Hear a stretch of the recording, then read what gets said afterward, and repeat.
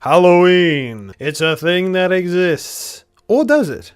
Yes, it does. But not really in Australia. Halloween is an interesting time of year here in Australia because depending on who you ask, you might get different responses on whether or not it's an actual holiday we celebrate here. I know in England it's at least sort of a thing, and America, I don't know, they probably skip it altogether if I had to guess. Anyway, so here's a couple stories I have about growing up in Australia around Halloween time, so listen up and get closer.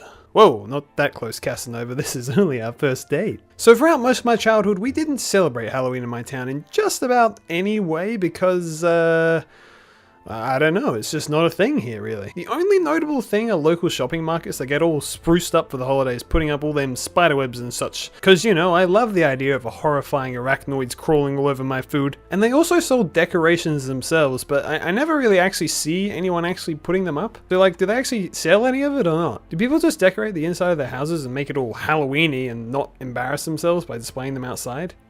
Me too, man.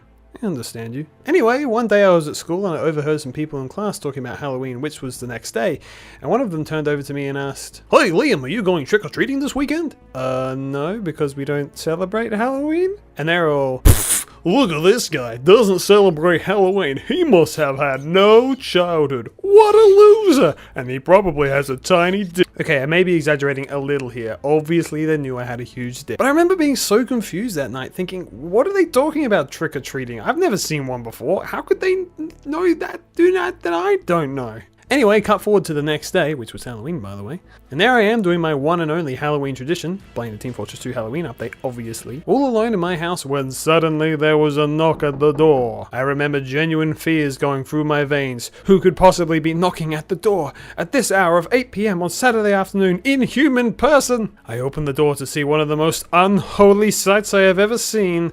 A person in a Pikachu onesie asking for tricks and or treats. I screamed and slammed the door. Well, actually, I just said, I don't have any. And then they looked sad and walked away. That was super weird. To think they were talking about it just the night before. I got back to playing TF2 and about 10 minutes later there was another knock at the door. And then another. I was spooked poopless. So I ended up locking the door, closing the curtains and turning off all the lights because I can't handle confrontation. Anyway, we ended up getting trick-or-treaters for like the next 5 Halloweens. We even started preparing for some, but then they just suddenly stopped one day. So, yeah. I still have no idea why it ever happened in the first place. But inexplicable occurrences aren't the only Halloween stuff we do here. We do indeed throw Halloween parties, which in retrospect are probably where all the Halloween decorations go. And one year I was at the Halloween party for my art school. Now here's the thing about my art school. It's an insane asylum.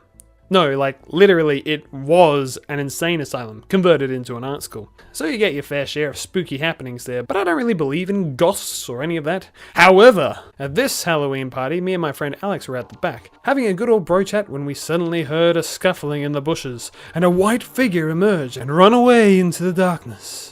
We both looked at each other and said, yeah, I actually just pooped myself, for real. Later on we were sitting inside trying to figure out what we saw and what was life when somebody came in. They were from the mental hospital next door. You see, when the asylum decided they no longer wanted to be an asylum anymore, like 50 years ago or whatever, they made a new building next to it that is an actual mental health and rehab clinic. And the dude said that one of their patients actually ended up escaping and is running around the grounds somewhere. And Alex and I realized that what we saw was in fact not an illusionary being, but in fact a real escaped mental patient who was off their medication, which was about 700 times scarier. Anyway, there's a couple stories for your kids. Halloween in Australia is somewhat of an enigmatic presence for sure, but if you're interested in something kinda Halloween and horror related, you can take a gander over at my comic called Cass the Psychopath, of which some of the events in this video inspired, and I finally finished the first chapter. Hooray! Or should I say, boo-ray!